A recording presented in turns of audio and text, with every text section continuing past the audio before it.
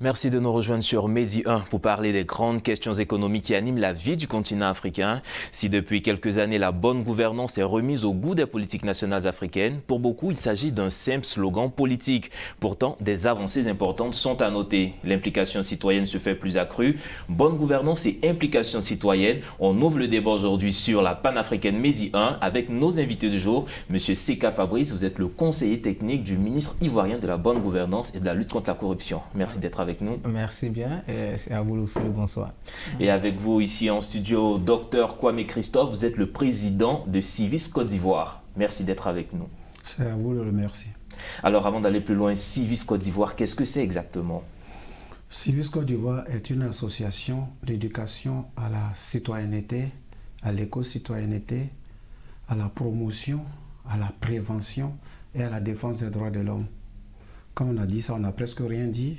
La défense des droits de l'homme dans les domaines des droits économiques, sociaux et culturels. Et pour défendre les droits sociaux, culturels, il faut faire la promotion de la bonne gouvernance dans le cadre de la lutte contre la corruption précisément, mais cela permettra d'avoir de meilleures écoles, d'avoir de meilleurs hôpitaux. Donc c'est ces droits économiques, sociaux et culturels-là que nous défendons principalement. Alors justement, parler de ces droits, parler de bonne gouvernance, comment est-ce qu'on pourrait définir véritablement la bonne gouvernance?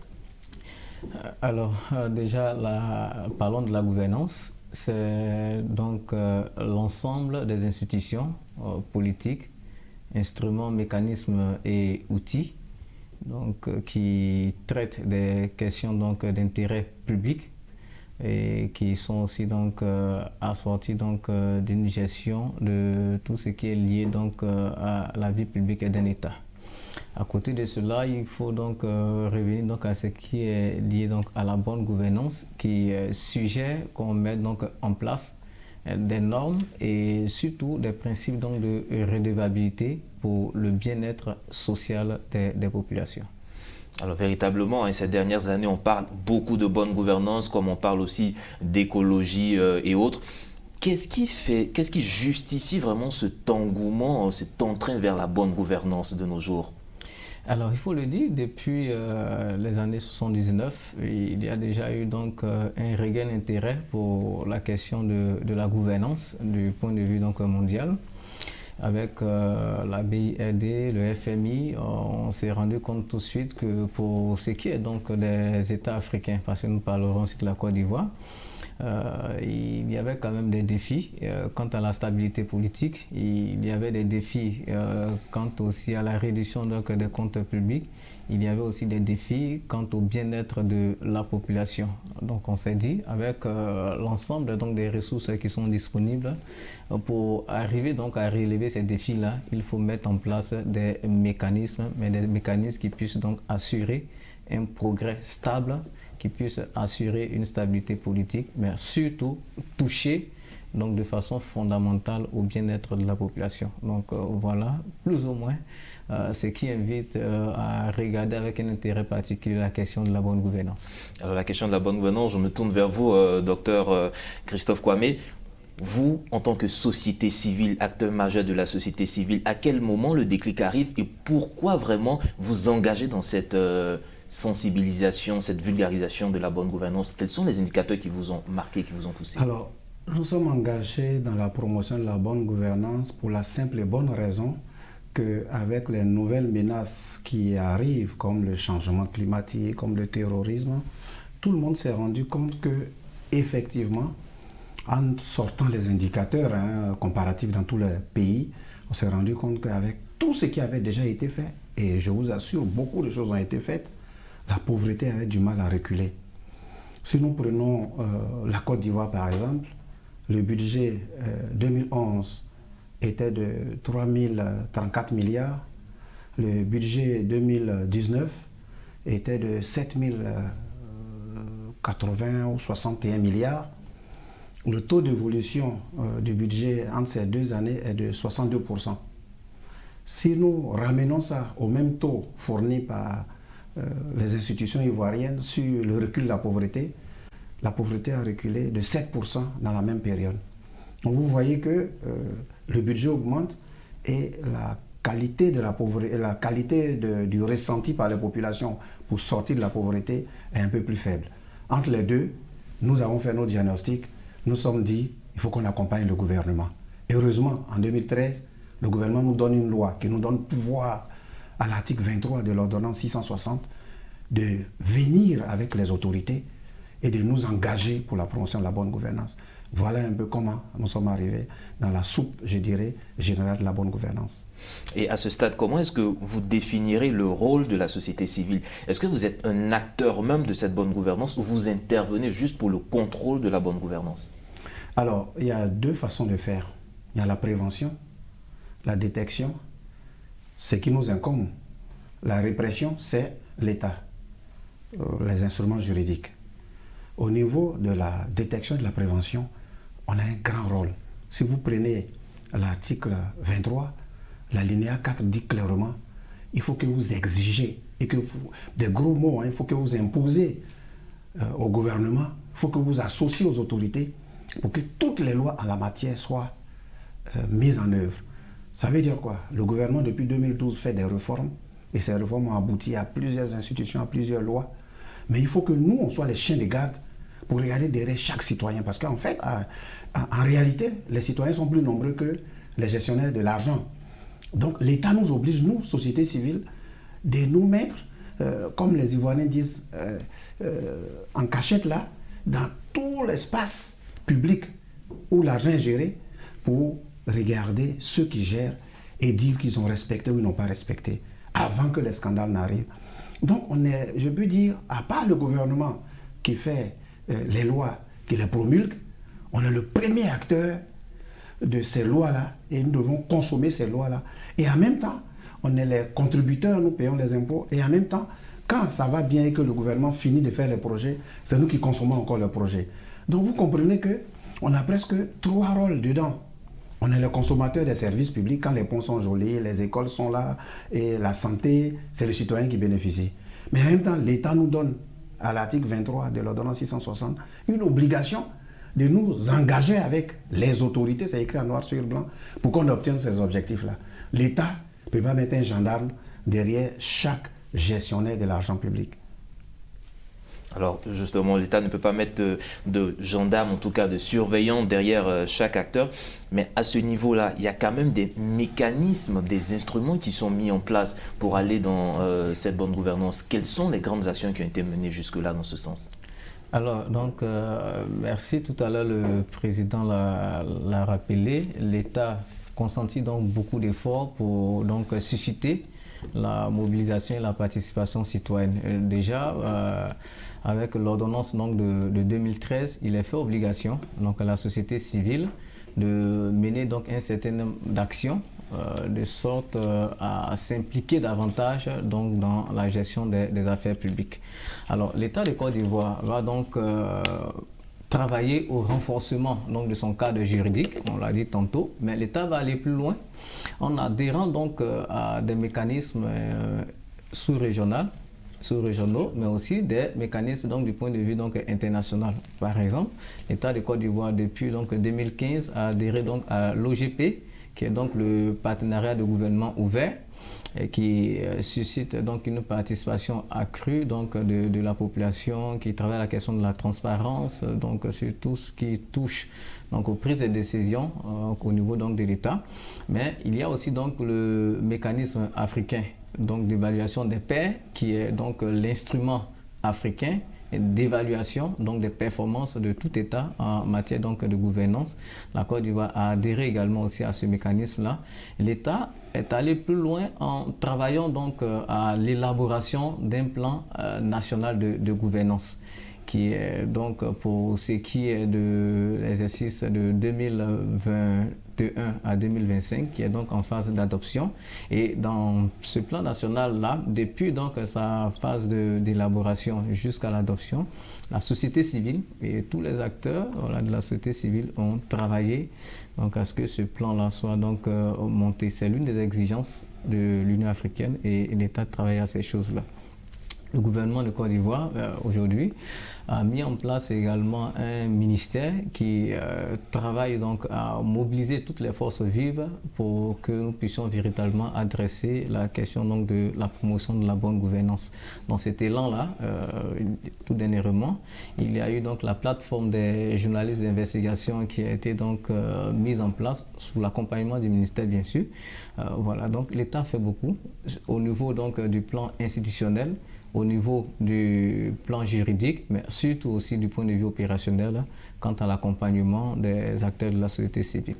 Justement, dans le cadre plus précis de la Côte d'Ivoire, on a vu qu'il y a le ministère de la bonne gouvernance, mais on a aussi la haute autorité de la bonne gouvernance. Quelle est la particularité de chacune de ces institutions? Alors, ce qu'il faut dire, la haute autorité est une autorité indépendante, qui est autonome donc, du point de vue financier, et la haute autorité a été donc originée sur la base de la Convention internationale de la lutte contre la corruption.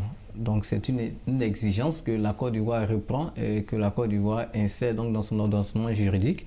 Alors depuis 2013, la haute autorité est née. À partir du moment où le président réalise que la question donc, de la bonne gouvernance devient l'une des priorités phare donc de l'action gouvernementale, le président décide de créer donc un département ministériel qui est consacré donc à la question de la bonne gouvernance. Alors pour faire le distinguo entre le ministère et la haute autorité, il faut déjà comprendre que le ministère travaille donc du point de vue donc de la politique du gouvernement en matière de bonne gouvernance. Donc le mandat du ministère, c'est d'élaborer donc la politique, c'est de faire en sorte que cette politique-là soit mise en œuvre. Donc le ministère intervient au niveau politique. Alors que la HABG, qui représente donc l'Agence nationale d'exécution, travaille donc sur le plan donc stratégique et accompagne tous les autres acteurs de l'écosystème du point de vue opérationnel. Voilà, donc c'est deux missions distinctes mais qui sont davantage complémentaires. Des missions complémentaires, et au cœur de ce système, on a encore la société civile. Justement, quand vous regardez déjà ces avancées, vous regardez ces efforts qui sont faits, comment est-ce que vous pouvez évaluer, en tout cas, l'évolution de la bonne gouvernance sur cette dernière décennie en Côte d'Ivoire?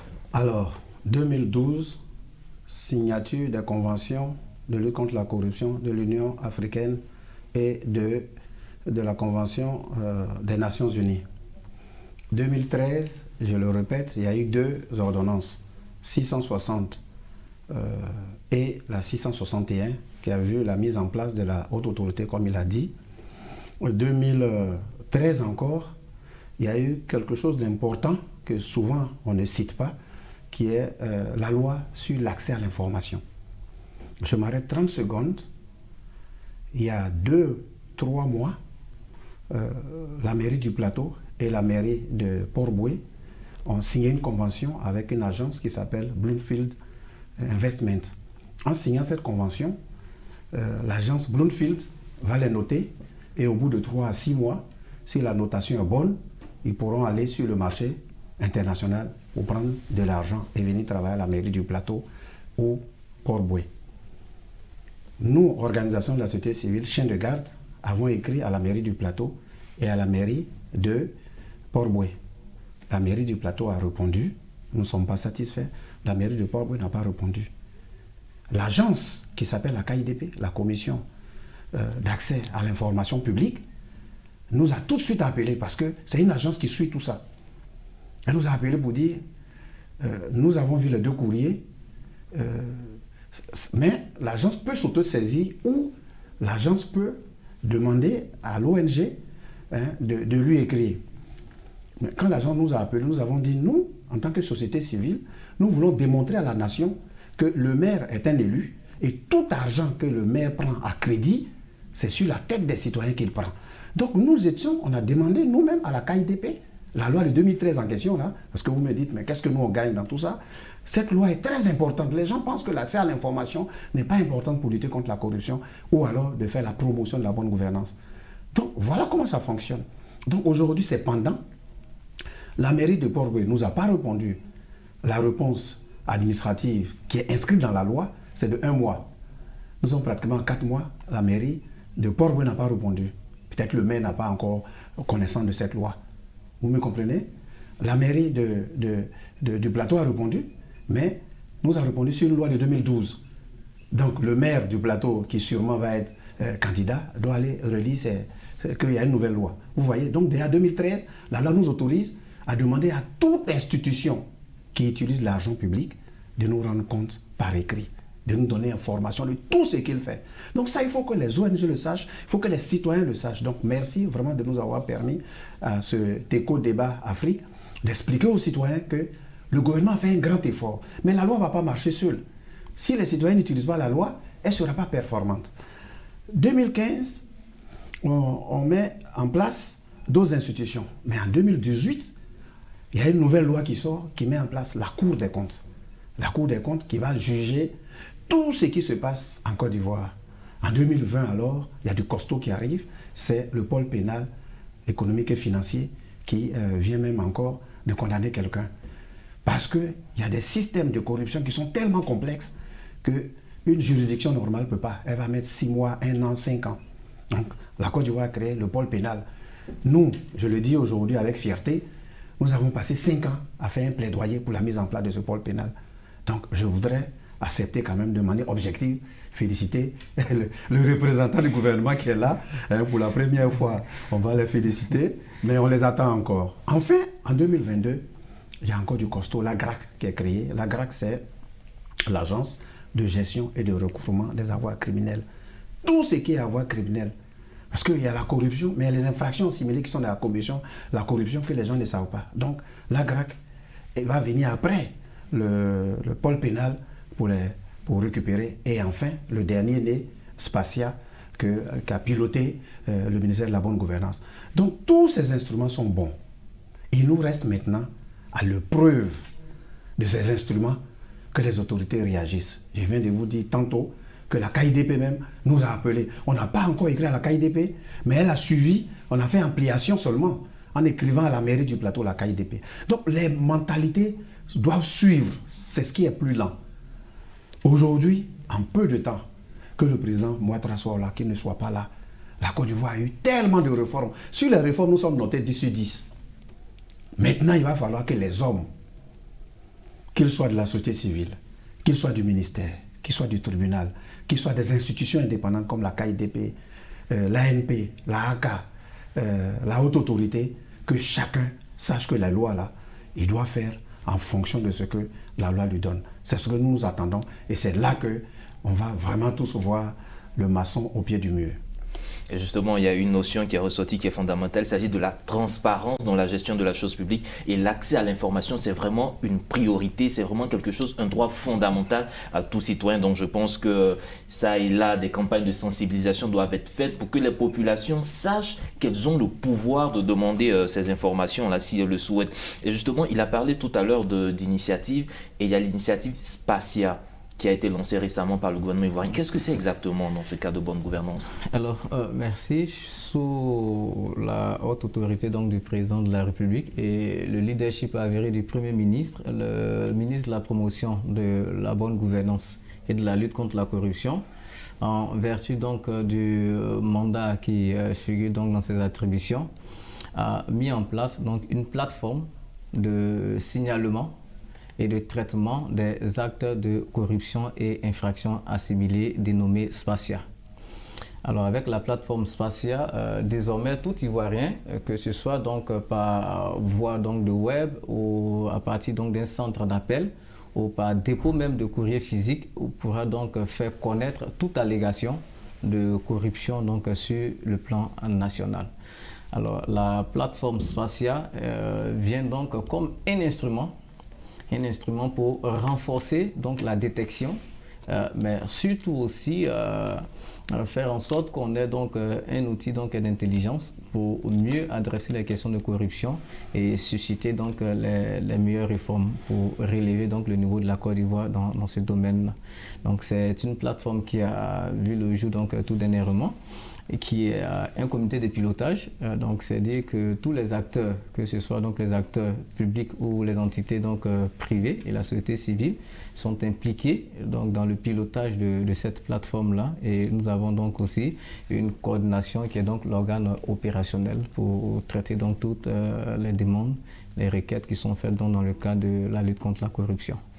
Alors, dans la préparation de cette émission, on s'est un peu attardé sur des exemples qui marchent un peu dans le monde. On voit les pays scandinaves au niveau de la corruption et autres. Ces pays-là misent beaucoup sur la prévention.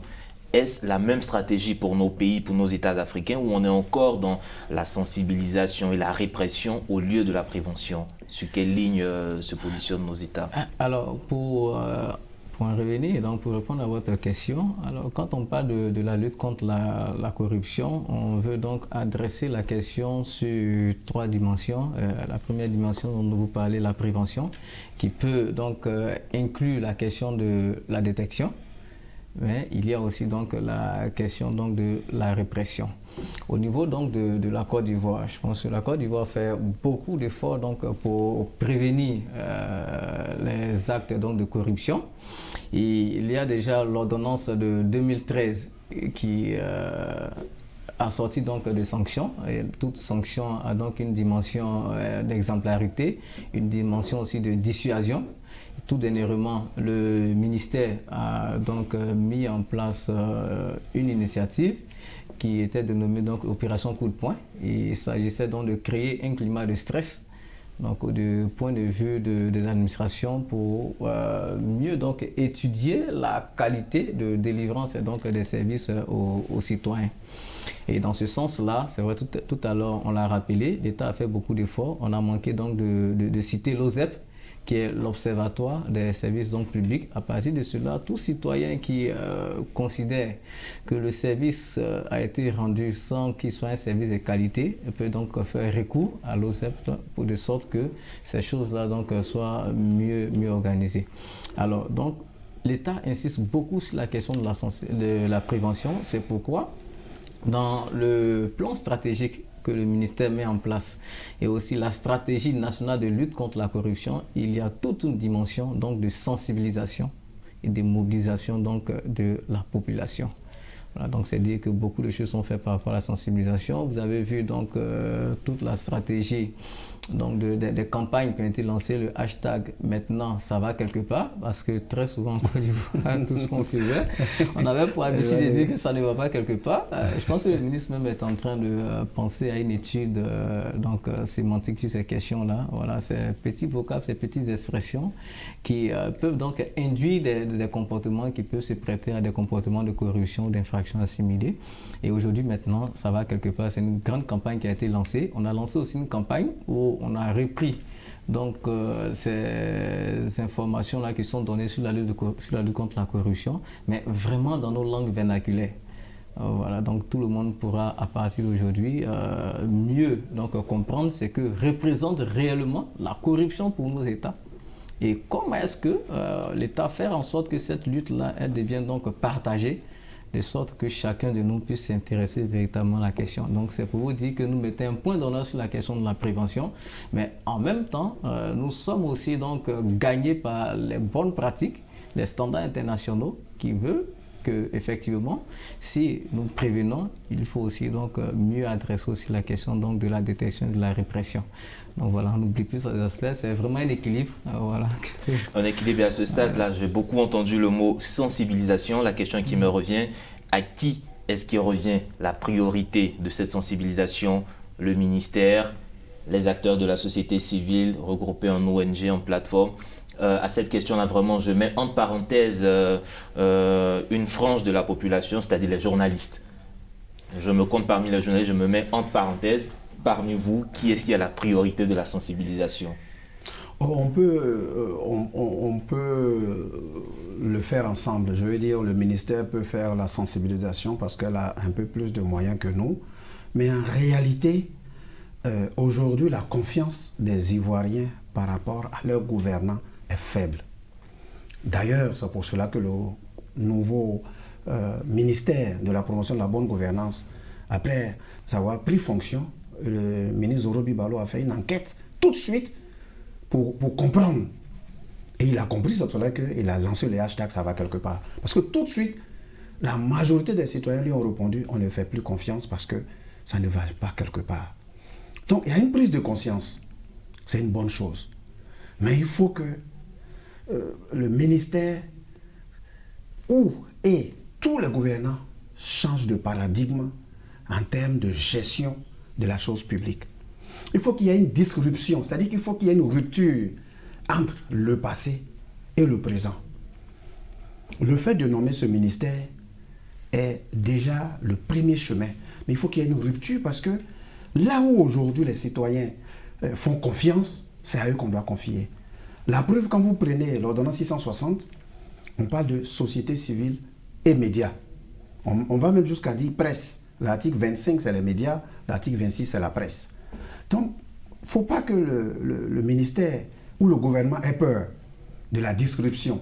Le changement brutal pour passer et changer de paradigme, parce qu'une grande partie de la corruption est un peu psychologique. La corruption ne se fait pas à l'air libre. Et c'est des choses qui se sont faites sur du long terme. Donc il faut aussi du long terme pour changer. Et tout ce qui est sociologique, qui touche à l'être humain, à son pensée, à son libre arbitre, je pense qu'on ne peut pas l'aborder comme des lois ou des sanctions directes. La Côte d'Ivoire sur le chemin de la bonne gouvernance, on peut le dire à ce stade. Merci en tout cas, monsieur, pour vos contributions. Monsieur Seka Fabrice, je rappelle que vous êtes le conseiller technique auprès du ministre de la bonne gouvernance et de la lutte contre la corruption en Côte d'Ivoire et le président, Dr Christophe Kwame, président de Civis Côte d'Ivoire. Merci en tout cas pour vos contributions. Bonne gouvernance et citoyenneté en Afrique et plus particulièrement en Côte d'Ivoire, c'était le thème de ce TECO débat. C'est ici que se referme cette émission. Agréable suite au programme sur nos antennes.